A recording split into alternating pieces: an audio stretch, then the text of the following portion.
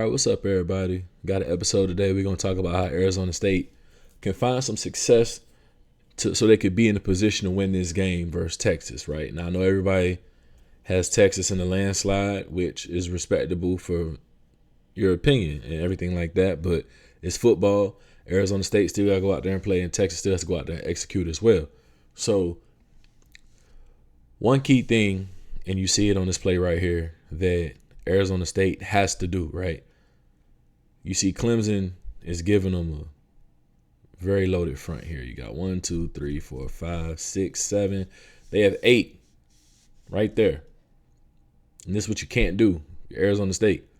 When you have your guys in the box to make a play, you can't miss 1 tackle, 2 tackle, because these running backs are good.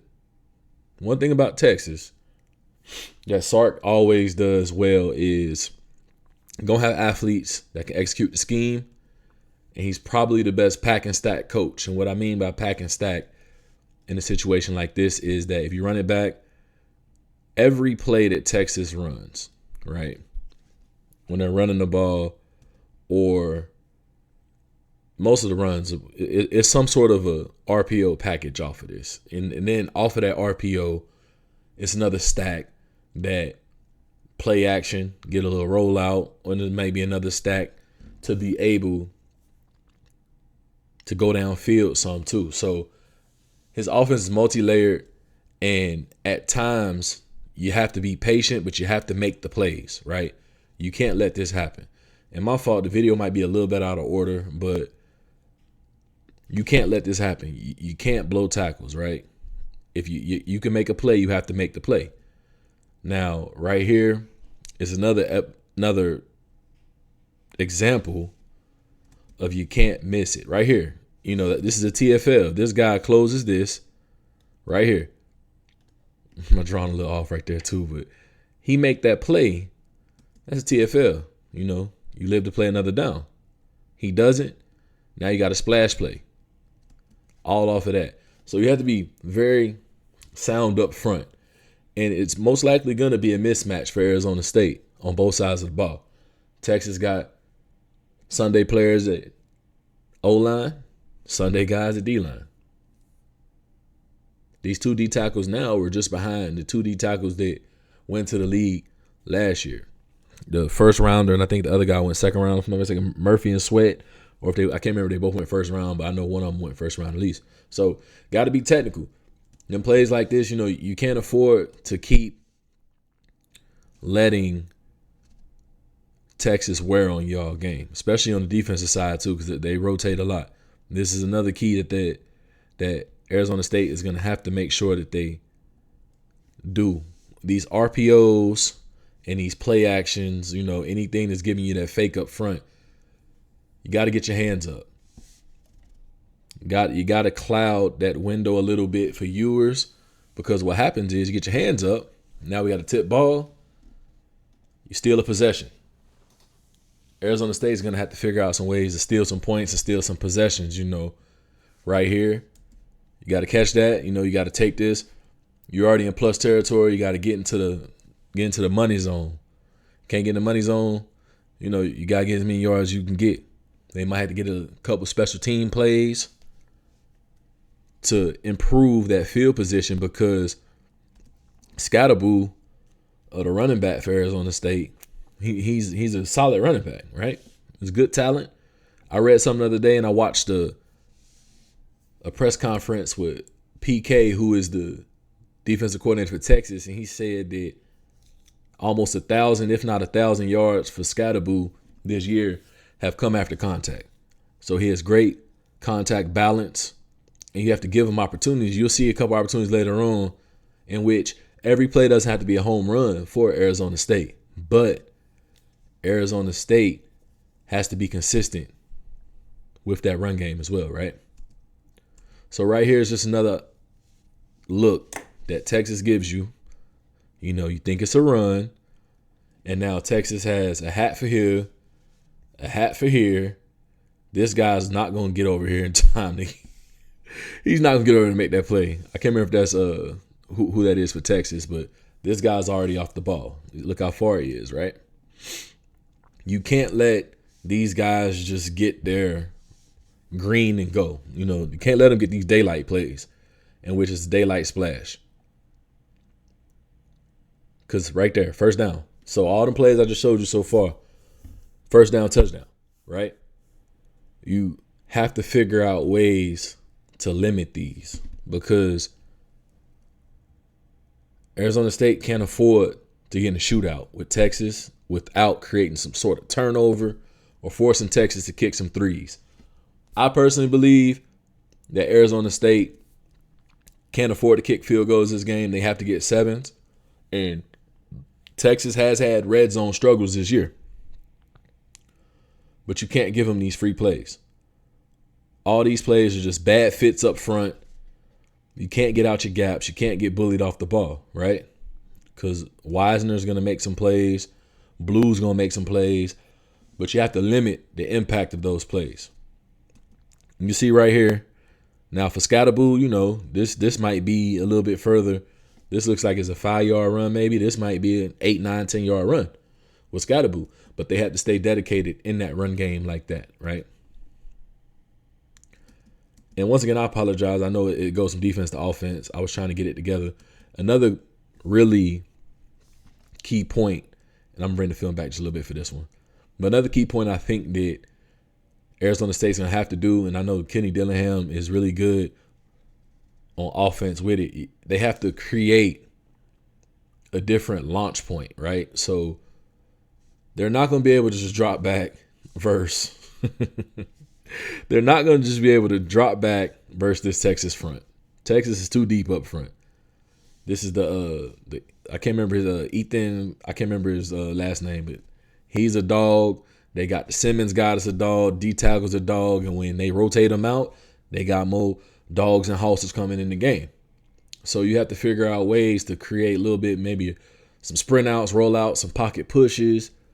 You got to move the launch point so you can affect the cover guys, because this is a great Texas defense. It's probably, if not the best, one of the best defenses in the nation, especially on the back end too. They're very sound.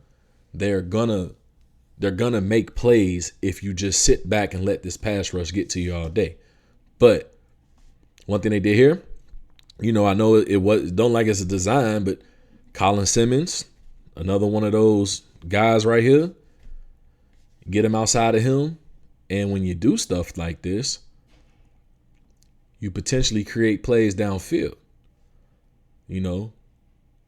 Number 5 was looking like he was lacking a little bit there. So you see an over route from the Kentucky wide out here, and he gets behind these guys once they see the rollout. Even though, it's more of a scramble, but still. You have to create different launch points. You got to move the launch point. You got to figure out a way to potentially get away with some things here. When you get the plays like this, in which you got more hats to the ball, you got to make positive yards. You cannot let plays like this, and Kentucky did a good job on this, but you can't let plays like that get away from you. You got here, I think this was a 4th down. And, just a decent concept for him there. Here's another concept just in the run game, right? You got to be dedicated in the run game. This is the first play of the game, if I'm not mistaken, for them. But for Scatterboo, I know a lot of people got their opinions on him, but Scatterboo, he get one-on-one in the open field right here. He potentially going to break this. He can break this tackle. Now you got your corner right there too, but he can break that tackle too, potentially.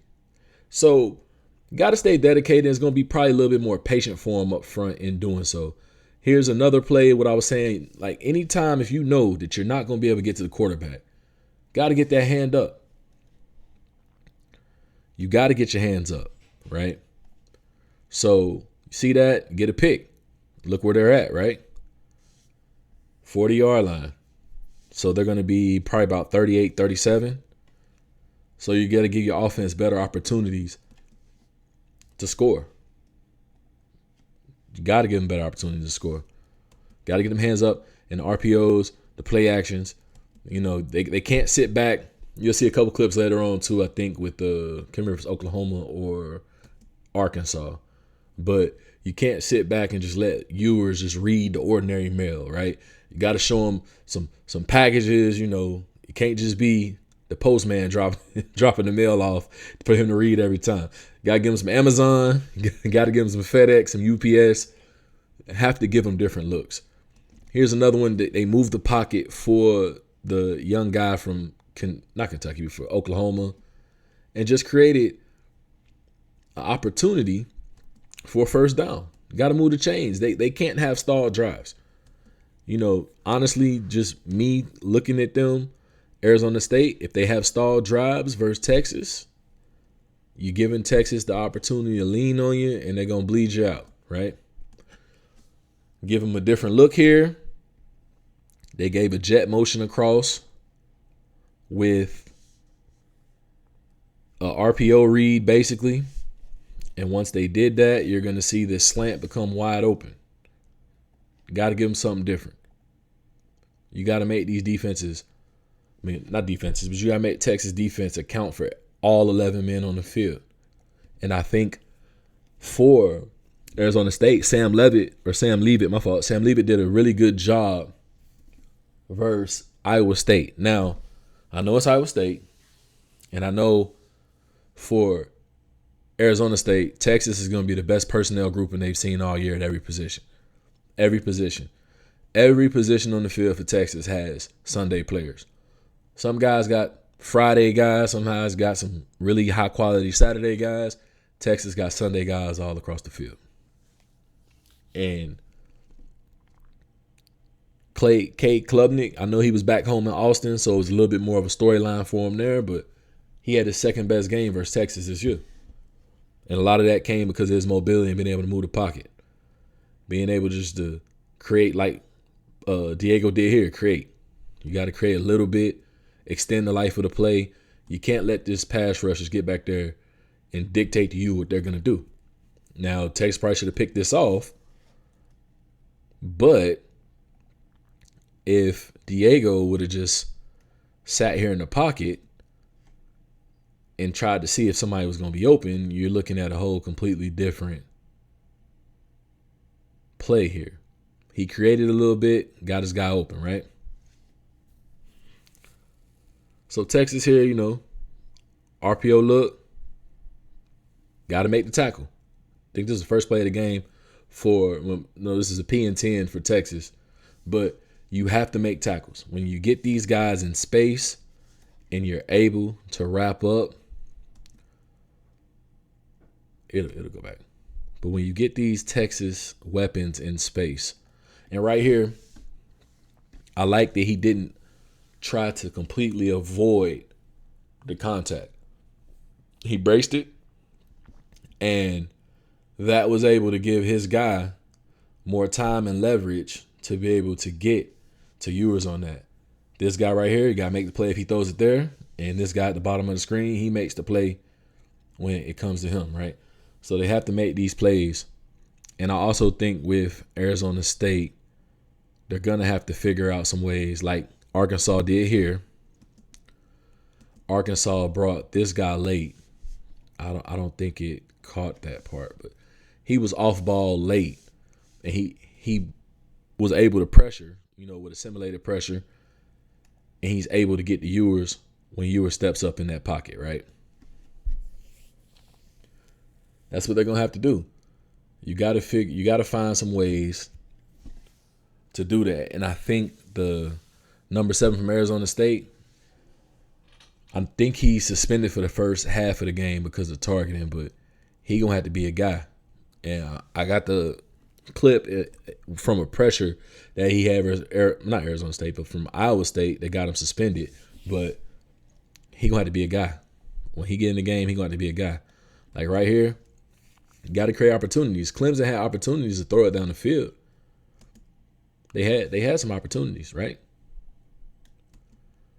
Clemson had some opportunities when they threw it down the field to make plays, but at times they didn't. But you can see with this, they ran gave the play fake, and it does just enough to hold some guys, get them looking so you can get one of your guys upfield. And I think he's the one that got upfield. And he made the actual catch, if I'm not mistaken. Yep.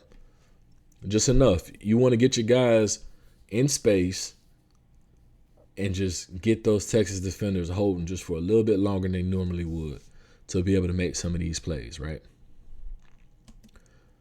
Another thing that I've seen this year that a lot of teams have ran versus Texas is just a drive type concept.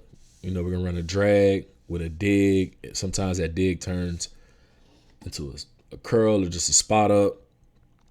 But when you get the certain looks that you want to see, you got to execute. Because now, look at that. We got grass. We have no burnt orange over here except the end zone and the fans. And I showed Clemson on here a lot, but I tried to show teams that probably match up a little bit better or they match up more comparably to Arizona State, because it's hard to really show Georgia and Texas, because not Texas A&M, because Georgia's able to do things that a lot of teams in the country can't do. Same with Texas A&M, because they have the personnel and they got those houses up front to be able to do it. Some of these other teams, Clemson has them on defense. They might not have them on offense. They don't have those Sundays guys. But once you see things like this with the green grass, they got to execute. Here's another opportunity. And this guy did this all year. Diego from Vanderbilt, just creating the play. Levitt, he going to have to do this. You got to figure out some ways to just make some plays. Have to figure out some ways just to make some plays. And this is what I was saying with the simulated pressure, right? Simulated pressure is going to be key for Arizona State, because if this is Ewers, you let Ewers, just like I said before, you let him sit back there and read the regular mail, he's going to shred him, because Bond's back this week for Texas, and they got Golden Bolden, and they have plenty of weapons to be able to execute. But you see him flat-footed, he doesn't even look like he's blitzing this play. He's going to blitz so clean. And he's an excellent blitzer. And Arizona State showing 5. And, Georgia showed 5 a lot versus Texas, and they were able to get some success. But right here, he's flat-footed at the snap. They showed 5. They bring 4. And they're able to get underneath everything else. Now, it's Arizona. This is Iowa State, but Texas versus simulated pressure hasn't been the best, especially in the interior of that O-line. You get a shot like this, obviously you can't take that type of shot because they're going to call you for targeting. But they have to figure out some ways with him and their other nickels, or maybe they linebackers or stars, or whatever the defensive terminology is for that the DC runs at Arizona State. But got to create some simulated pressure, because if you can get some shots like this on Ewers, you can create a different game. Now, obviously they do have Arch in the wings waiting, but even that, you have to give them something different to look at every play. You can't just rush with 4 and consider it to be war up front, right? You can't just give them, okay, if they know where the hats are, Texas is going to shred them. If Arizona State can do some of this, and I didn't show a lot of Arizona State offense. I didn't even show any of it at all, because I know they got the Tyson guy. He's out. Number 0, their best receiver, he's out. Scatterboo's like their second leading receiver, so they're going to have to play through Scatterboo, obviously. But they got to be patient with it, right? And I remember a quote from Kirby that Kirby used from when he was DC at Bama, when they played Ohio State, right? And he said he met with Tom Herman, who was the offensive coordinator at Ohio State at the time when Bama beat Ohio State in 2014 playoffs, and figured out, so how did y'all get so much success in the run game with Ezekiel Elliott?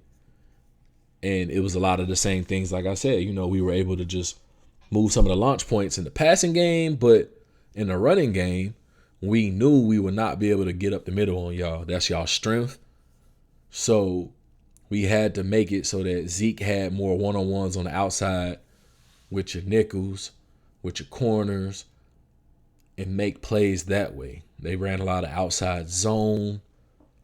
a lot of sweeps, some pin and pull play, if I'm not mistaken.